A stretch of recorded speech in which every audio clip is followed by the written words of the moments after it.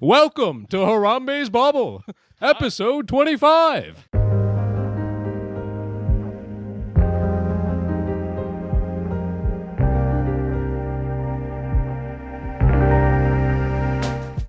Hello and welcome to Harambe's Bauble, a Magic the Gathering podcast. This is episode 25. I'm Will. I'm here per usual with my man DC. How's it going, man? What's up? I'm good. I'm dead tired. Just got back from the draft early or late last week. The NFL draft, if you will. That was a lot of fun. A lot of standing around though. Up in Pittsburgh, right? Yeah. Nice. Yep. Pittsburgh. It set the record actually for the most attended draft in NFL history. That's cool. So that's pretty neat. Heck yeah. Part of history. You went out there with Morgan? Did. My best friend Morgan, shouts out if you listening, bud. Probably aren't, but that's okay. He's not really a Magic player anymore. But yeah, it's mostly been sports ball from my front because my Thunder just got the first round sweep against the Suns, my champion Thunder, if you will.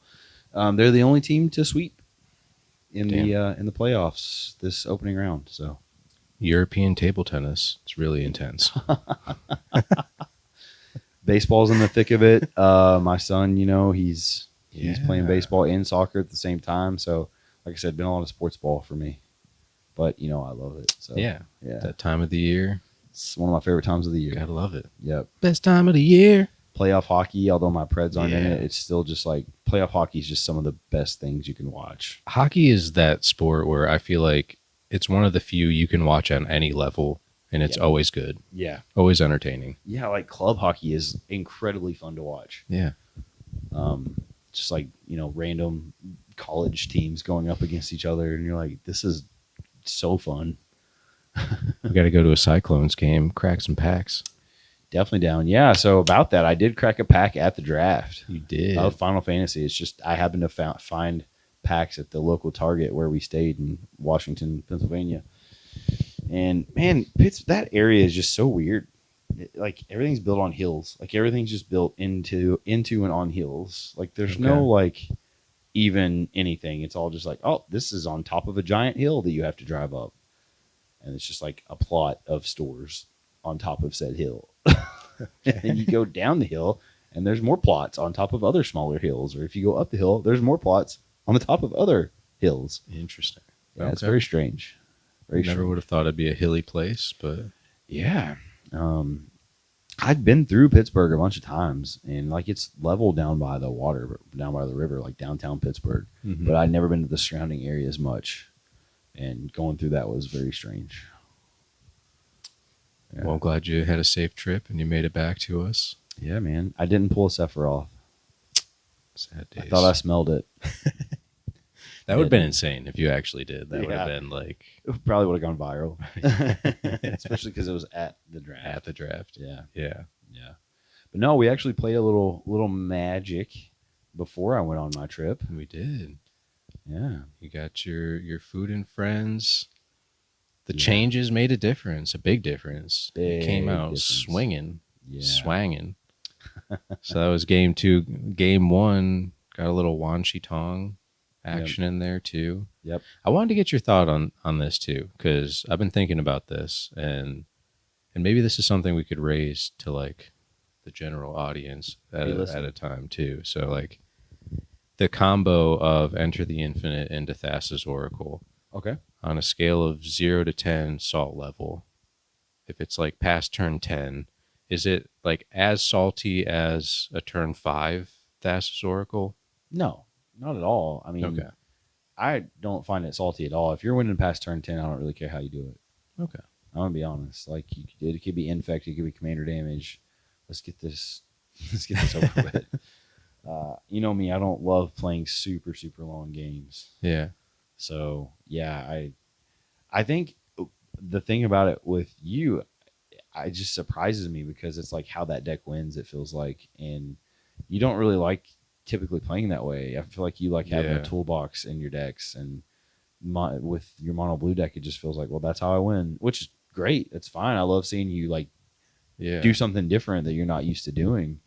It does kind of go against my normal philosophy, though, of like winning the same way. So I think the first time it kind of just caught me off guard. I'm like, oh, Will, what is that really you Comboing the green guy? Yeah, exactly. Yeah, it is different. It's like, I don't know. It's been a fun experience, but it is kind of like that where it's like you just know looming off in the distance when I can afford 10 mana, there's a chance that Omniscience might come out and then it might end pretty quickly. Yeah, now that I've played against it a couple times, like it's pretty telegraphed. Like, and there's nothing really you can do about it. Like, as it's pretty protected. Yeah. Like, kind of not as protected maybe as your Brea. I don't know. I mean, well, when I say telegraphed, I don't mean like you can stop it, because you can't. You see it coming, and you just have to try to have something in your back pocket to stop it. Yeah. I mean, it's the same way with Brea. Like, you can see the pieces happening. Yeah. And you're like, well, if I don't have anything to take care of this, I'm going to lose. Yeah. That's kind of what I mean. A little more restrictive, kind of like Brea, where it's like if you don't have a counter spell, like you almost kind of need counter spells to protect your combo, to like stop the Thassa's or stop the Enter the Infinite. Oh, you're talking about from the opposing player. Yeah. You pretty much have to have counter spell or like some sort of specific removal to make sure, and hope that you don't have a counter spell to right to take care of the removal. Yeah, because that happened a couple times actually during that game. So no, you get it's a good deck. It's fun to new waters. Yeah, it's you're doing good with it. Appreciate it, man. Yeah, I'm trying. Yeah, Lathro actually got to win 1v1 before you came against Sam's zombies deck, I believe. No, he had the new. I don't remember. I think it was zombies. Yeah, it was zombies. Was it the Liliana? Yeah. Okay. Yeah, and then he brought out his new deck, I think, against us, right? In game 2, or was it still Liliana? I don't remember. Dude, it's been I can't remember, multiple man. Weeks. Yeah, because I know he hasn't played his new Goad deck. That's coming soon. Yeah. I unfortunately probably won't get to play tomorrow because baseball, not with my son. But that's obviously takes precedent.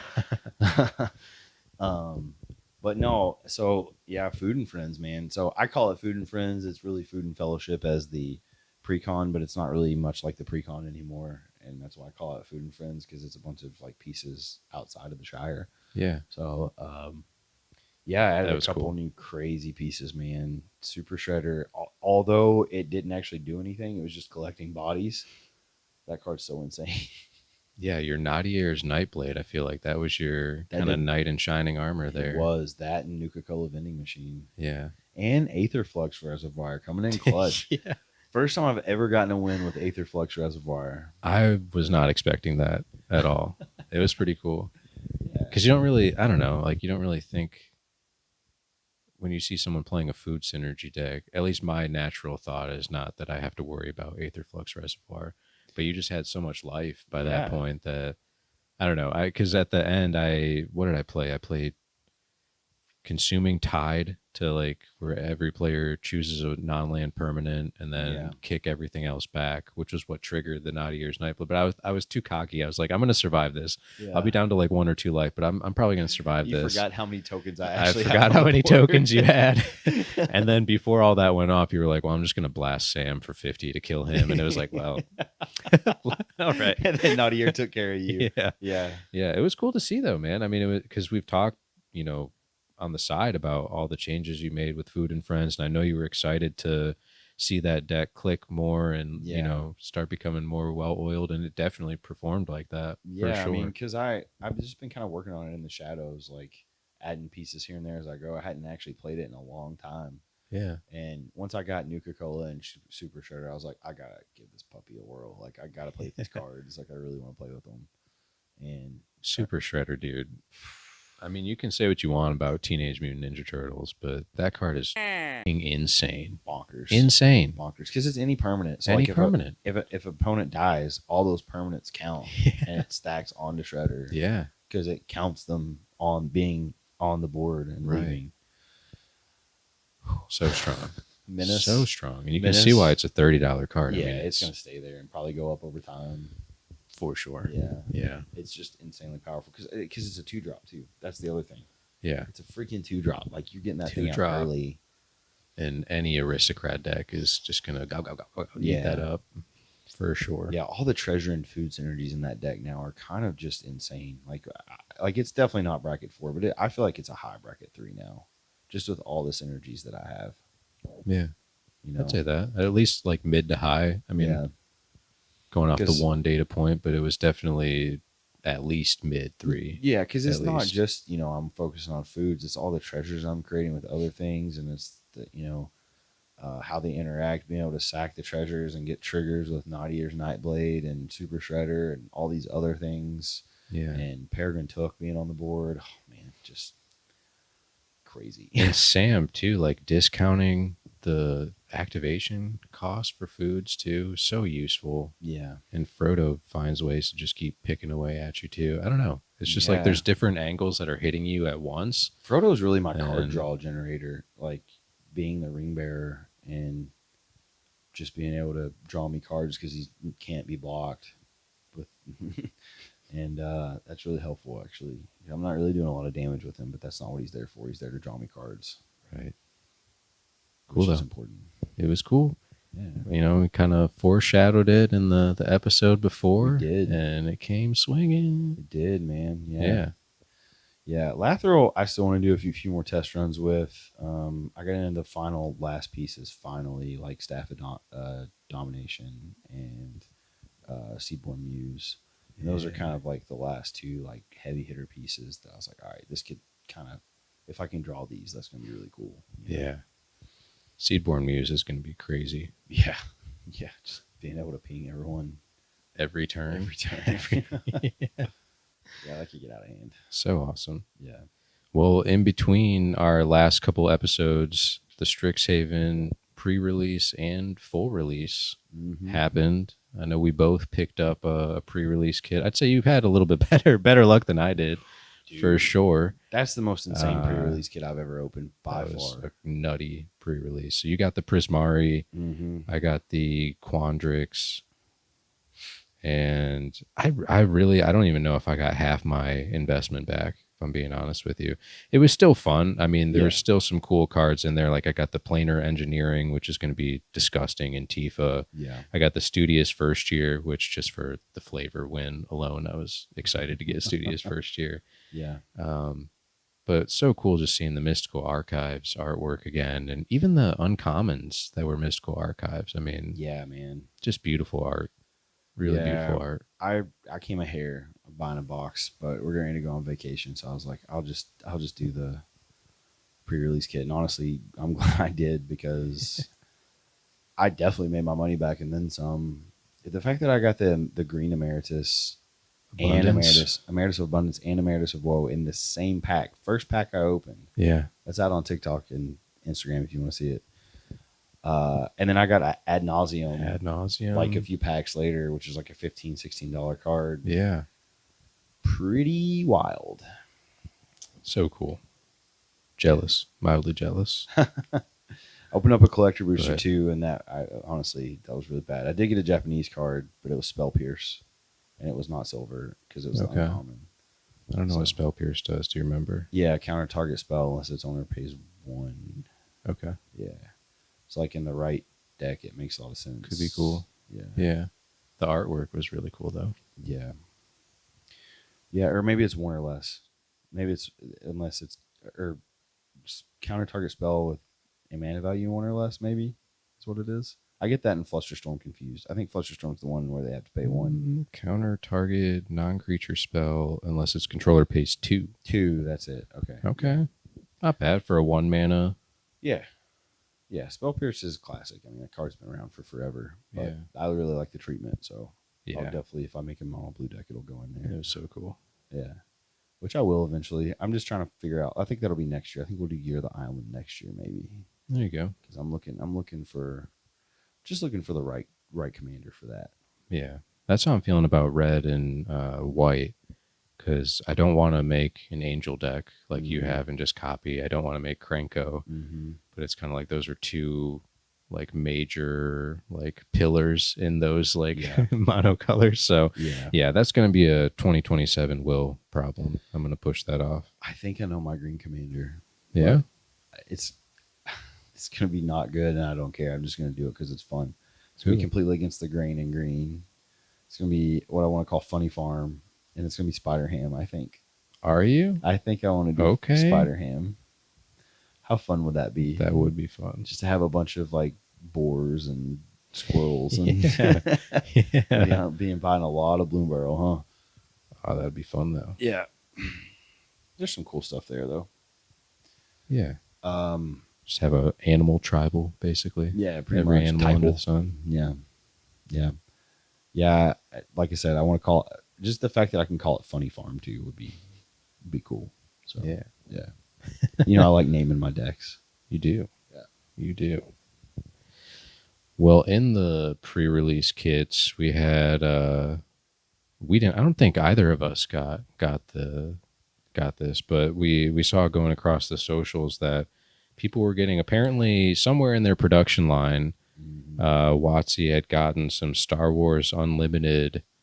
What do they call that? The little like stamps. Yeah, the holographic stamps. Yeah, where people were opening up Strixhaven pre-release kits and noticing that there were X-wing stamps on their rares, which sent the internet ablaze. Yeah, people were like, "Oh my God, Star Wars is coming!" Yeah, and then it became something much more, I guess, in line with what we should expect at this point.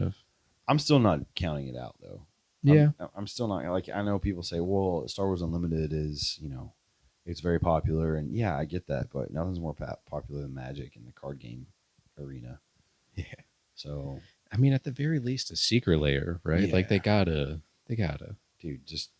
If you're going to do a My Little Pony and you're not going to do Star Wars, that's wild. And I mean, Star Wars is Hasbro. So Hasbro owns the rights to toys. And I don't know, maybe it's like, where do they draw the line and what's a toy and what's not, I guess.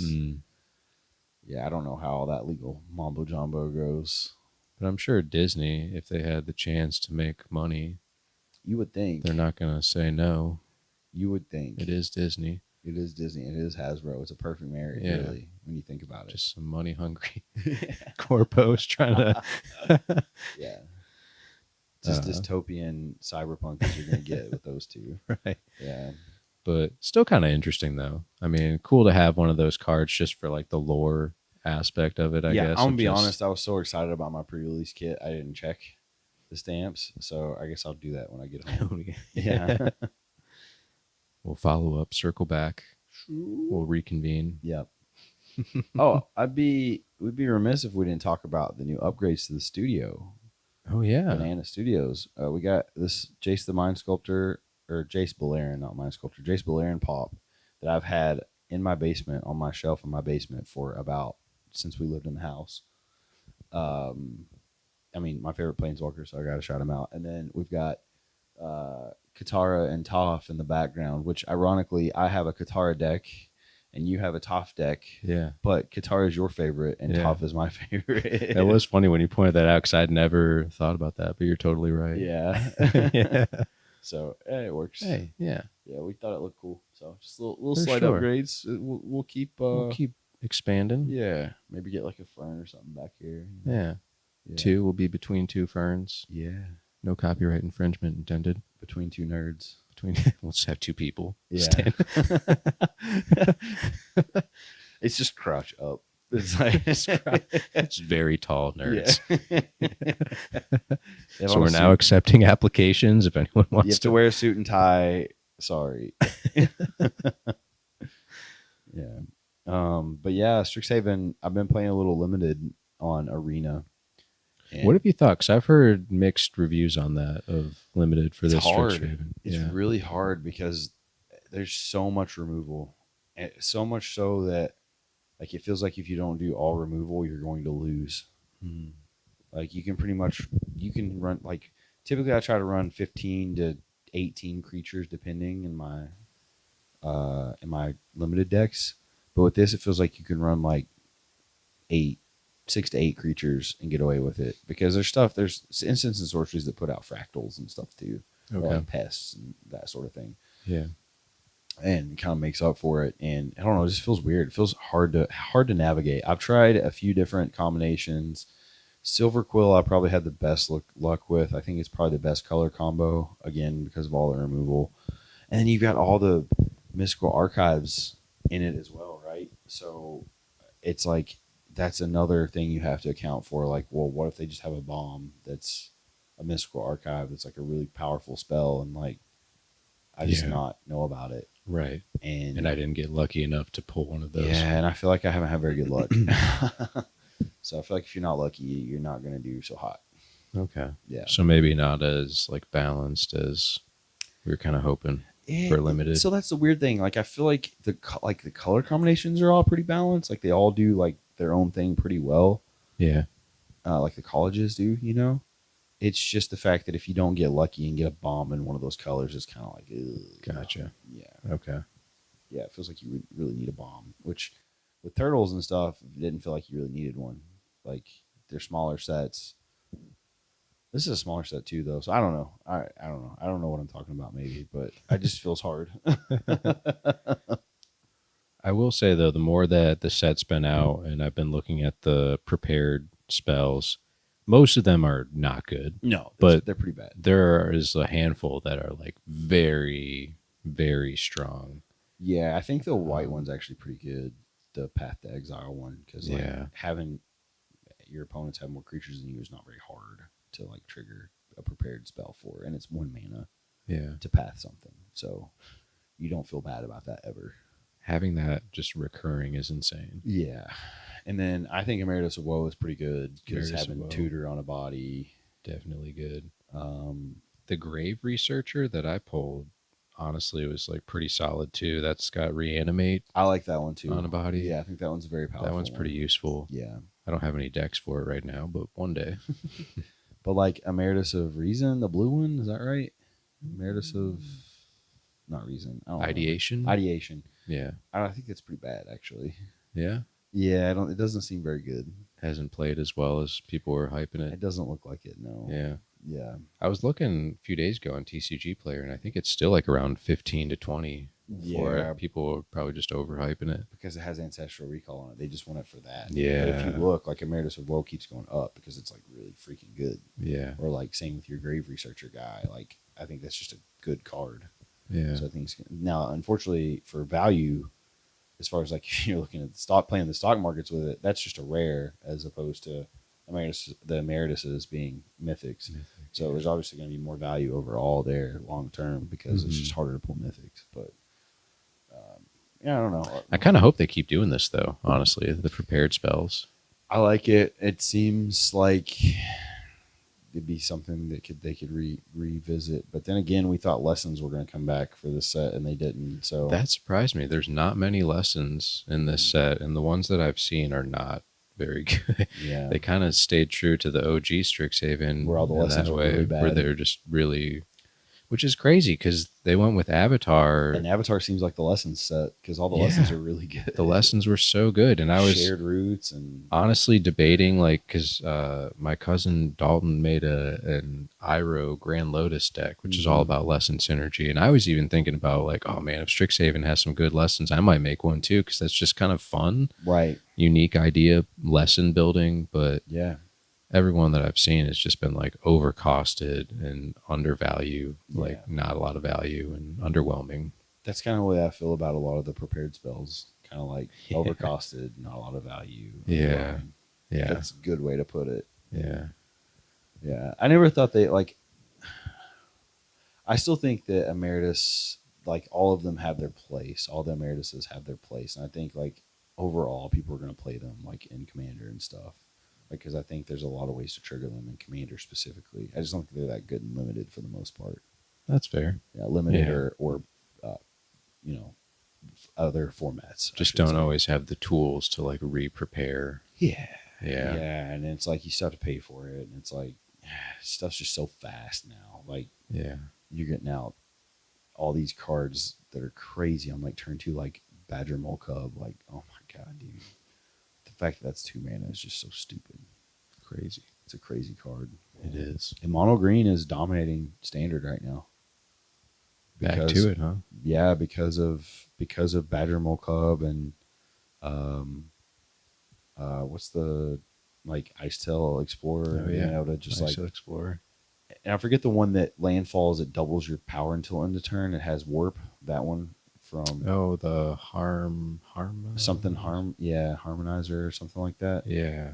That's also like dominating because you can just warp it in for 3 and then Might form harmonizer. Yeah, warp it in for 3 on like turn 4 and have anything out, and you have like Fabled Passage or any of the sack lands, Morph and all that, and just pop them all. Get something crazy. Just trample, double on a trampler. Right. Put it on a trampler, and it's GG's. Yeah. Yep. Yep. Edge of Eternities, man, still hanging in there with some bangers. Love that set, man. Yeah. I'm really bummed about Badger Mole Cub being as expensive as it is, because like I don't think it's that great for Commander. I really don't. Like, unless you're playing a deck that's heavy with mana dorks. Like, I want it in Toph just solely because it's an Earthbender. Yeah. But like, if you're playing a lot of Earthbending, like those are my creatures. Right. So like, I don't want to use them for mana unless I somehow have a way of giving them vigilance, which I now have a couple of tools to do that. But like, two. So it's like I'm usually not going to use them for mana. On the inverse of that, I think it's really good for all green decks and not necessarily for landfall decks. I think it's really good because there's a lot of green mana producers, like mana dorks, and just green in general. So I think it just has a place in a lot of different places. The right and decks, not specifically landfall, as odd as that is. That's fair. Yeah, but it is just one of those where it's like, if you look at the other cards that are earthbending centered, it's not really, it doesn't contribute to the earthbending synergy as much as others do. No, I 100% could see that. But it's like easily the most expensive earthbending card. Yeah, because like you said, those are your creatures. Like yeah, it doesn't really do you much good. But yeah, if you're mana dorked out, then it's crazy. Yeah, for 2 mana. I mean, it does help you ramp too, but at that point, like you probably don't need it. So like you said, you're trying to stack that creature high. So I say this just in hopes that people start selling their Badger Mole Cubs, so maybe I can buy one for an affordable price instead of an arm and a leg and a kidney. Well, speaking of affordable prices, do you want to talk a little bit of Harambe's Market Watch? It's been a long time, man. Yeah, it's been a minute. Couple of months, probably a month at least. Yeah, well, mostly prices have just kind of stayed the same. Yeah, nothing's really changed on our big hitters. I will say Super Shredder, I bought it at the lowest I had seen it, which was $28, and it's already up to like 34 the last I saw it. I could be wrong. It could be down now, but well, when I checked, I was looking at least just the market price on TCG Player. Granted, I didn't look at like what the actual listed prices were, but it was $28.96. Okay, so it's it might be kind of coming down a little. That's what I bought it at, and I felt comfortable doing so. So I would honestly say, get in there and buy it at 28. Yeah, because that card is just nuts, dude. It really is stupid. It's really insane. It just goes in so many decks too. Like you can put it in like Aristocrat, Vampire, like whatever you want. Like, right.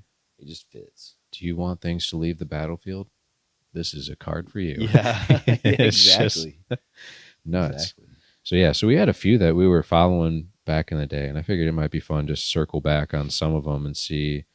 So my man Vivi, which he's currently on the mend right now. We're getting slowly the pieces back to get Vivi back and running. But at one point that was down as low as like just over 20. It was like 21, I think 22. Yeah.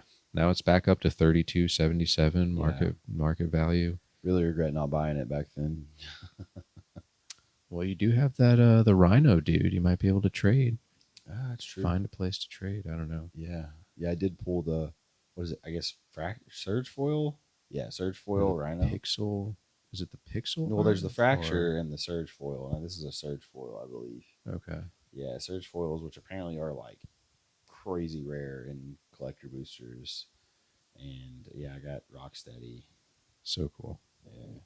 It's not a great card, but the art and it's really super rare. Yeah, that's pretty cool. But so Vivi is back up 32.77. Makes sense. I mean, it's just that good. It was bound to go up a little bit at least. I don't think it'll ever go back up to 50 or 60, but I could see it. Because it's banded standard. Yeah, but I could see it hovering around that 25, 30. Yeah. Wan Shi Tong gone up about $10. It's now up to 41. Yeah, a lot of people play it in standard right now in a couple different decks. Like there's a Dimir mid range that gets played in a lot. There's even a mono blue deck that likes to play it. So self balance. Yeah.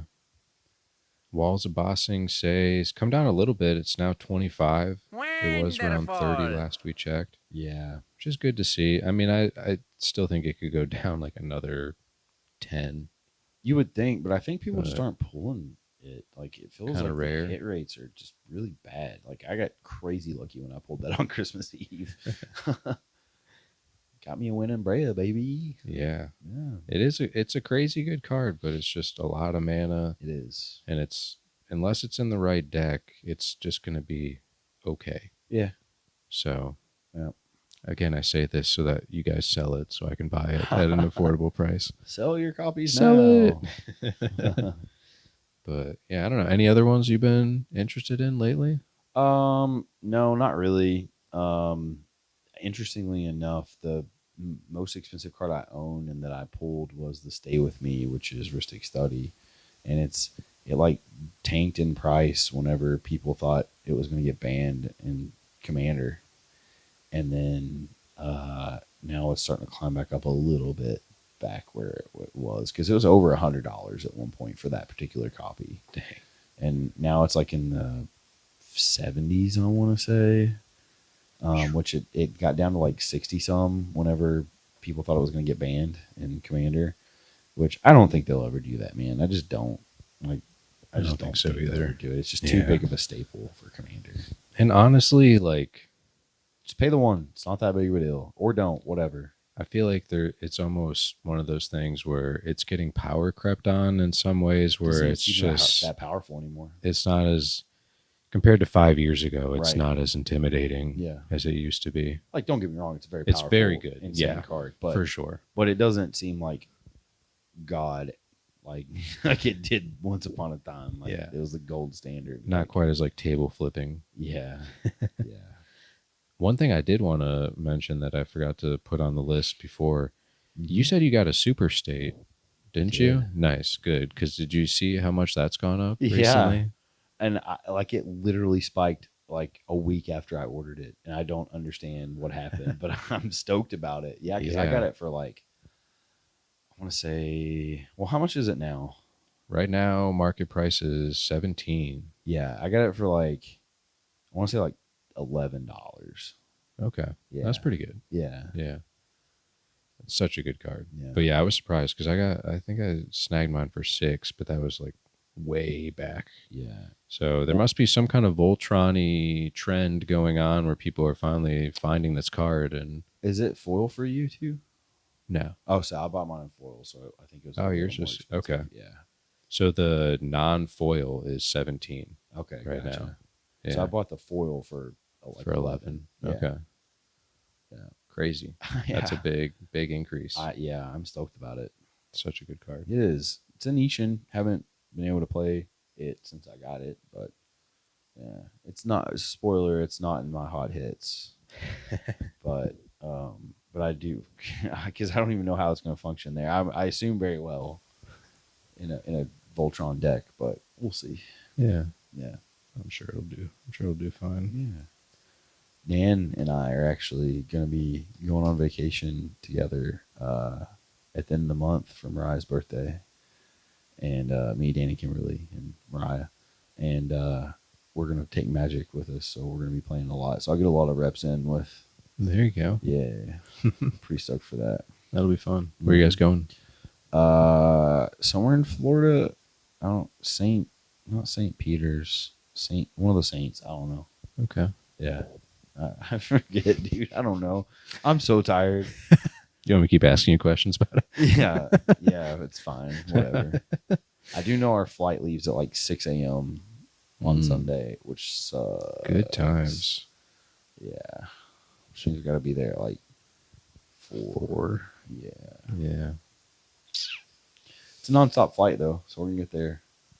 Okay.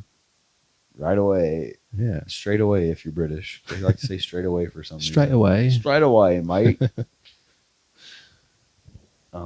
Well, Yeah. well then. Well. So before we dive into Harambe's hot hits, Yeah. we would be remiss if we didn't mention at least the next set coming up Oh yeah, God, I forgot. with Marvel. Yeah. So full release June 26th, pre-release June 19th. So we have a little bit of breathing room here. We were talking about that earlier. Yeah, like 4 of the cards leaked recently. I guess they got sent out in some people's pre-release kits as well. Okay. Yeah. This has to be like on Dude, purpose. I'm telling you, it's got to be. Honestly, though, it's like it's a good idea if you think about it. Yeah. Because it's like, why spend however many hundreds of thousands on marketing? Just sneak something Just out. slide a couple cards in and fine. Yeah, there were uncommon ones that leaked. I know like Thor, the Mightiest Avenger, maybe it's like Thor, Odin's son. I don't know. Thor named something. It has prowess, which I think is sick. Yeah. Double prowess. Double prowess. That'd be a fun commander. Double prowess. I think it's mono white though, so maybe not a fun commander, but definitely fun in a 99. Like a Jeskai deck. Could you imagine how fun that would be in a Jeskai deck? Where all you want to do is slang. A Jeskai's deck. Mm. And then there was an Iron Man card that leaked, and I forget the rest, but yeah, it was like 4 of them that leaked. Okay. I honestly haven't really been following like what they've been leaking or not leaking from it. Yeah. I don't know. I've kind of just been taking a new approach with the sets of just like, I'm really not trying to do a lot of research on my own until it's like set drop time. Yeah. Because I've started to get a little more familiar with like the Scryfall database now and how you can like use different syntax to like search for specific stuff. Yeah, it's just a database. Yeah. So I'm like getting more comfortable now of like, all right, I've got a certain idea of like what I'm looking for. Mhm. And if it's not in there, then whatever. Yeah. I mean, that makes sense. I came from the days where whenever stuff got previewed, it was a huge deal. Where it would like be rolled out over time because it was like several months between sets. So like they would release like right after a set, release like 1 or 2 cards. Then you'd have to wait another month for like a few more cards. So it was like really like the hype train got built until they like did a full spoil release, like I don't know 2 or 3 weeks before the set actually launched. And it was a huge deal. I used to follow this dude named Magic Irwin. Magic Irwin was his name. He was from Star City Games. And I used to watch his spoilers all the time because he did a great job of like putting them up on the screen, comparing them to other cards and talking about it, like what the abilities were, like what they were close to, like if it was a new mechanic, stuff like that. And he would just go through all the cards he thought was best, kind of like Prof does now on a bigger scale, though, I would say. He like did all the cards. Okay. Like, God knows how long it took him to make those videos, man. But that guy was awesome. Shouts out to Irwin. From Star City Games. I don't know if he still does it or not. I haven't seen him in the scene in a long time. So, yeah. Yeah. There's a lot of info always, which is why I'm kind of just like, About I don't know. Marvel. Just all the sets, man. Yeah. Just all the sets and life. So it's like, I feel like your brain could just only handle so much, you know? And I've kind of just put a filter on right now of like, all right, let's just not focus too much. No, I feel that. Like, I don't know. There's a lot of information, especially with all the secret layers and stuff too. Like they just launched a secret layer in conjunction with the release of the Strixhaven launch. And it was a Strixhaven secret layer. And some of them are just the same cards that were in the Mystical Archives, but just not the Japanese treatment. Okay, which by the way, like I'm just gonna say, like, I really don't like the whole Japanese treatment of it. To me, it makes no sense. Like, I can understand if it's Pokemon, because Pokemon's like a Japanese entity. Yeah. Magic isn't. Right. So it's like, why not French or Spanish Or German? Like, why is it Japanese? Like, is that just like a connection with like nerd culture of like, oh, they'll like it? Like, because to me, it just doesn't, I don't see why. It's got to be. It is strange that they don't do it with other languages. I don't know why they're like, I guess maybe because of the artists. I think they have a lot of Japanese artists that work on their cards, and I think maybe that's. And I'm not hating that. Like, it's not a bad thing No. either. It's just weird to me of like, why? No, I get it, Why Japanese? That's why I'm speculating. I think it's partly because they have a lot of Japanese artists that make their art on their cards. I think they're just paying them homage, but I don't know. I mean, I actually have bought a couple of like German packs and stuff too, and yeah, that should be pretty cool to have like German treatments to things out of nowhere. That'd or just like fun. random, like different languages and different sets, or I don't know, mix it up a little. Yeah, mix it up. Mix it up. Mix it up. Speaking of mixing it up. Yeah, we're gonna mix. It's time to mix it up with Harambe's hot hits. Hot hits. Hot. Brought to you by In-N-Out Burger. I love In-N-Out a lot. I don't even know if I've had an In-N-Out. That's West Coast, right? Yeah, man. Okay. First time I ever had it was in Vegas. That's why I have this shirt. I bought it at. Speaking of Vegas Comic Con. Yeah. Imagine coming up. Yeah. Is that this weekend, I think? What is it? I don't know. Or was it I never last? know. Yeah. I don't know because I just never go, obviously. So, but yeah, I love In-N-Out. We got one. There's a couple in Nashville now, which is the closest to us. So hopefully they come up to the Cincy area because if they do, I would eat there literally every day. You don't understand. That's how I feel about Zaxby's. If they ever put a Zaxby's, it's coming here. We're getting a couple Zaxby's up here. Yeah. Where? I don't remember, but up by this north or like? Yeah, no, like in northern Kentucky / Cincinnati. Yeah. Wow. Yeah, it's happening. Yeah. Zax is good. I just like Cane's better. I'm gonna have to like get a new workout routine going, dude. Pop in Kanye's workout plan. Kanye's workout plan. So anyway, Harambe's hot hit. Let's reel in the ADHD. Beep beep beep boop bop bop. This is why we have a podcast. We're both a little tired, and it's been a long week. It's been a long half of the year so far. It's been a long 34 years. Yeah. Man, yeah, you're telling me. Yeah, this like last month was just insane, but I digress. Why don't you start us out so I can remember my previous hot hits? Because sounds good. I kind of forgot. No worries. Because this is what number? This is 4. 4.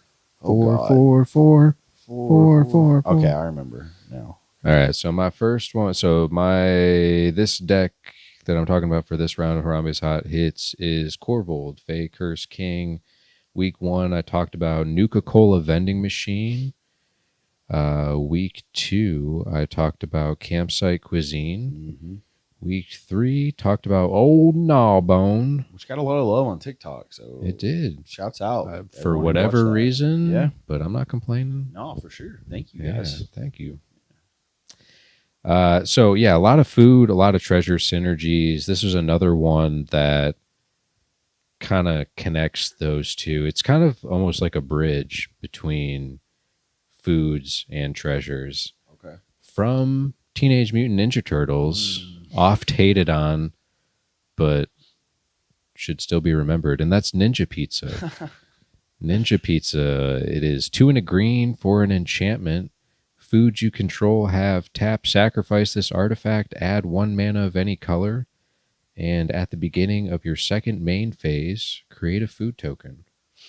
So much to love about this. I mean, the big thing is it makes your foods treasures. Yeah. Which is just insane. We talked, a little bit last week about, treasures are a Korvold's best friend.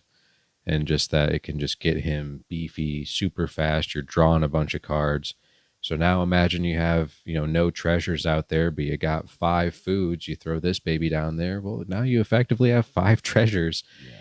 And it's not only its own food generator also, but I love that it makes it at the beginning of your second main phase.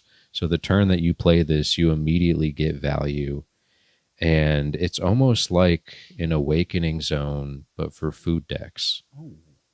Where you make that token every turn, but the token gets sacked for mana. Yeah. Kind of cool. I mean, never thought about it that way, but yeah, it harkens to that for sure. Yeah, just like the food alternative to Awakening Zone. I mean, I run Awakening Zone as well, but that's neither here nor there. Yeah, neither here nor there. Business. but yeah, Ninja Pizza, just it's insane, dude. I love this card so much. I ordered this as soon as the set dropped because I was just like, how are you gonna say that my foods are treasures? That's crazy, and it is crazy. It's only $3 card. I mean, pick this thing up if you're doing food decks. Pick this up. Guess who did? Did you? Already? Did And you it already? just didn't make its debut. Nice. It was just kind of thrown in there, and I didn't want to say anything. Heck yes. It's been in there though. Dude. It's been in there for a long time. You're I ordered gonna- this whenever I saw that it was only like $3. I was like, that's nutty value. Dude, I paid 7 pre-release for it. I'm not even mad. You play this card once and you're gonna never take this card out. It is so insane. Yeah, there's so many good commander cards in Teenage Mutant Ninja Turtles. And I think that's probably why it's forgotten, because like none of it really mattered for standard. Like I don't think any of them really are doing much in standard outside of like the flying rat or whatever it's called. Dream Beavers. Like somehow that's getting play. But other than that, like, yeah, it's not really getting much play in standard, and I think people are forgetting how good it is for commander. It should have just been a commander set. Yeah, Should have. I think that's what it was intended to be, and then they're just like, let's push everything in standard. I feel like we've definitely been seeing in the last few sets too, like more of a commander catering, Yeah, which sure. is not a bad thing.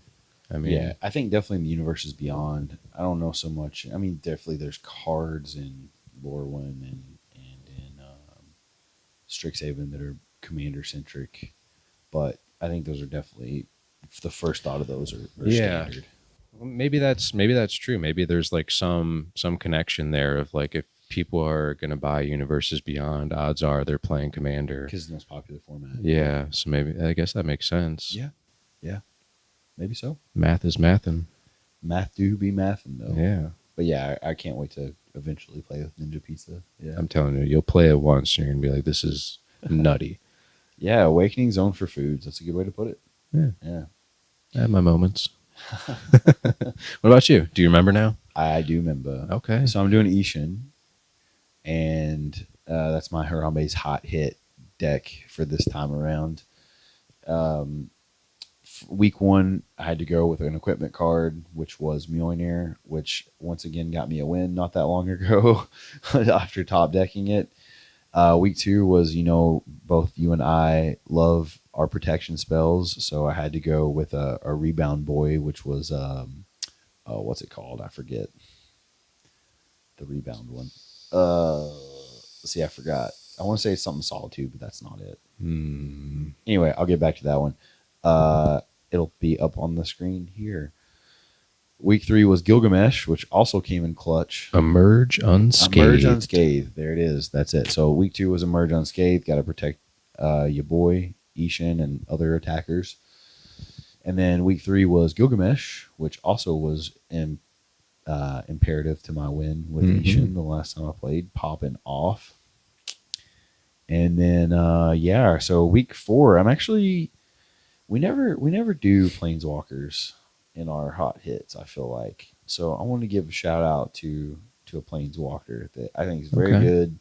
This ran standard for a long time whenever it was in standard back when Kamigawa, the Neon Dynasty, was out. And that is the Wandering Emperor. The Wandering Emperor is 2 anything, 2 white. It has Flash, which with Planeswalkers is definitely not typical. Yeah. As long as the Wandering Emperor entered the battlefield this turn, you may activate her loyalty abilities anytime you could cast an instant. So I think that's just really good for 4 mana, because really the last ability, but even the first ability is really good. So you can +1, put a 1/1 counter on up to 1 target creature. It gains first strike until end of turn. So say you have a Death Toucher out, or say you have something that's gonna match your what's her face, Tifa, for instance, and you don't do any tricks or anything, and I just flash this thing in, give it first strike. Bye Tifa. Yeah. And it gets a 1/1 counter, which is great. -1, create a 2/2 white samurai creature token. So that's actually the reason this was in this deck to begin with, was because it used to be a samurai tribal deck or typal deck. And but I just kept it even after I weeded out all the samurai because of how useful this thing is. And then -2, exile tapped creature, you gain 2 life. That's really probably what you're using it for the most when you're flashing it in. Someone has a very powerful attacker you want to get rid of. Well, you get to just put this out here for 4 mana, take care of that, and then give yourself an advantage when it comes to your next turn by giving her, giving something +1 or even making a dude. Yeah. So she starts with 3 loyalty. So obviously, if you do the combination of exile and create a 2/2, she's gone. But I still think that's pretty good value for 4 mana. For 4 mana, yeah, that you can cast at instant speed. Exactly. Yeah, yeah, that's pretty cool. So you do love your planeswalkers, I will say. Love planeswalkers, man. Yeah. Planeswalkers were gods when I first started playing. Like if you got a planeswalker out on the board, you just won. And limited and standard, it didn't matter. If you got one out, you were going to win because they're just really hard to take care of. So I always try to put a few in my decks, like at least one in every deck if I can. I've tried. I feel like I don't know. Maybe I'm not as patient with them as I need to be because I feel like I always try to have 1 or 2 in, but they always end up eventually getting cut. Yeah, part of it probably is because they're usually kill on sight. People, always attack them or remove them. There's a lot of removal for planeswalkers nowadays, where back then there wasn't specific removal for planeswalkers. Like you just had to attack them, and then hopefully you had a blocker out, and they're attacking into your blocker, which is what you want to do because you can keep pumping up your planeswalker. So. Right. I don't know. I just really love planeswalkers. If you can ever crack their ultimate ability, there's no better feeling. I'll tell you that. Yeah. And she doesn't have one. That's the weird thing about her. She's against the grain. She doesn't have an ultimate. She has a plus and a minus and another minus. And that's it. So pretty cool though. Yeah, pretty cool. I like it. Yeah, I want to be a little different, and don't forget about the Wandering Emperor. Like I said, ruled standard for many months. Yeah. It's a very, very good card. I wonder how the new Planeswalker is playing, like actually in practice. The Delian or Dalian or whatever. I'm not sure. It seems like a weird one. I actually drafted him in Limited, and I played him once, and it wasn't worth it at the time. Like, I felt bad playing it because he just died immediately. So I gotta assume it's probably how people feel playing him in other formats. Yeah, doesn't protect himself very well.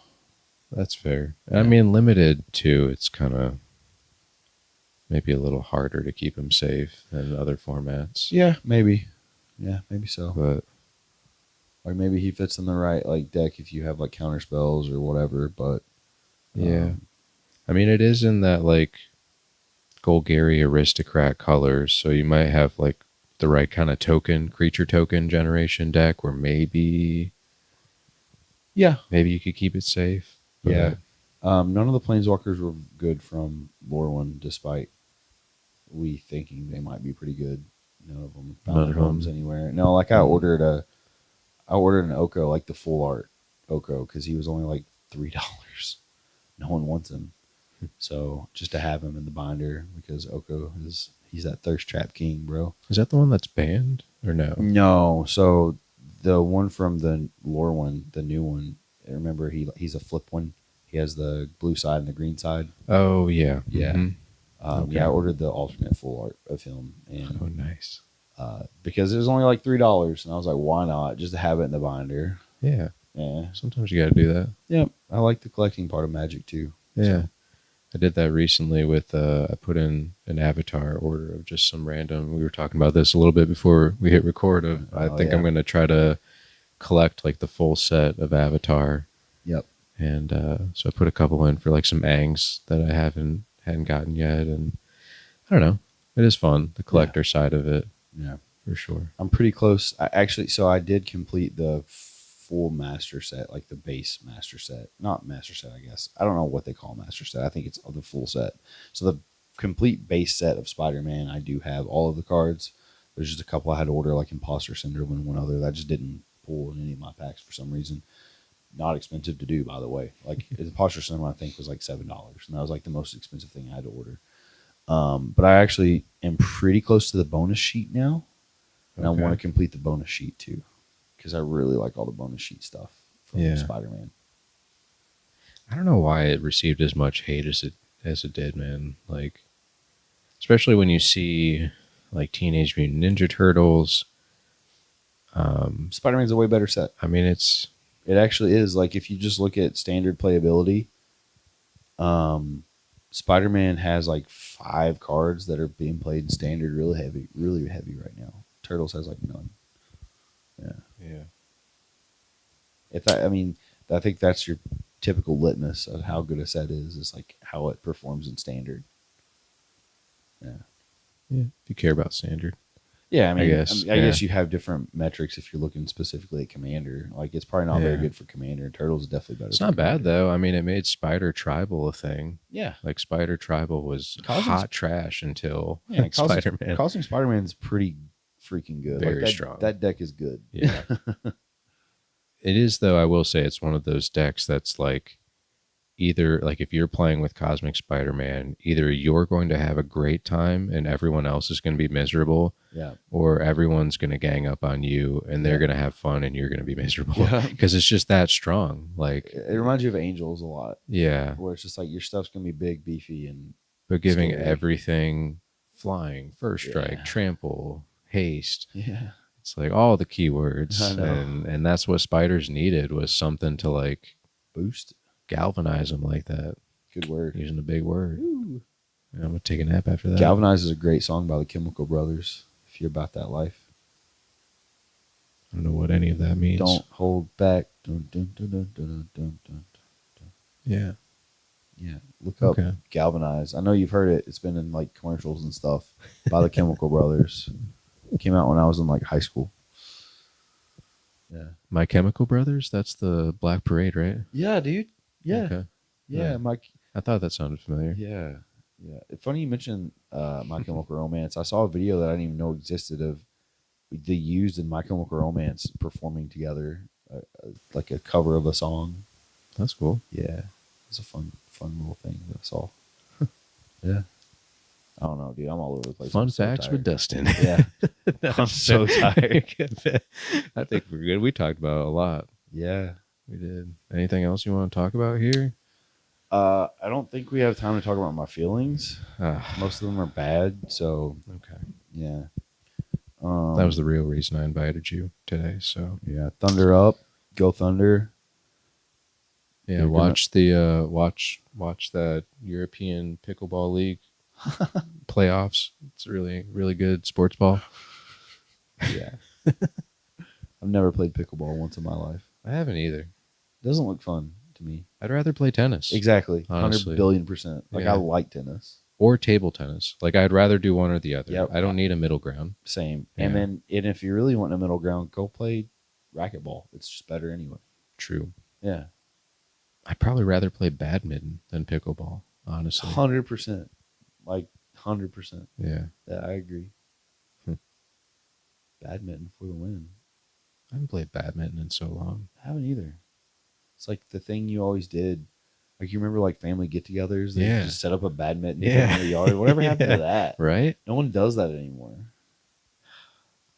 This world we're living in just needs a little badminton. That's what the world needs. That's the problem. That's what the world needs. We just solved the world's problem. We need people all over the world. We need lawn darts, join hands, and croquet. Play some badminton. People used to play croquet all the time too. And bocce ball. Remember bocce ball? People play that on the beach still. Yeah. Yeah. It's like beach bocce. I don't know that I've ever played croquet though. That's with the little gates, right? Yeah. That you knock stuff through. Dude, my parents had a croquet set, and every family get together, they'd take it and we'd play croquet. That really? Badminton, yeah, 100%. Yeah, we did a lot of outdoor activities growing up. Do you do that on a horse or no? Don't they do that on a horse? No. I swear, isn't there like some British thing where they ride horses and like smack? I think that's a thing, but I don't think it's croquet. I think that's a different sport. I think that's polo, bro. That sounds right. I think that's polo. Thinking of the logo now, and that sounds right. So I was like, damn, I mean, it's multiple horses. It's kind of croquet on horses, though. I'll give you that. I will give you that. Well, it's like the Awakening Zone Ninja Pizza, but like croquet and polo. There's some things I want to say. I'm going to drop it. Okay. Okay. I'm just stupid. Just ignore me. Well, I love you all. Yeah. I kind of do. Sorry, we've been all over the place. But hey, you know what? That's what this is about. And if you don't want to hear us ramble, you. We're going to ramble anyway. All right. Bye. Bye.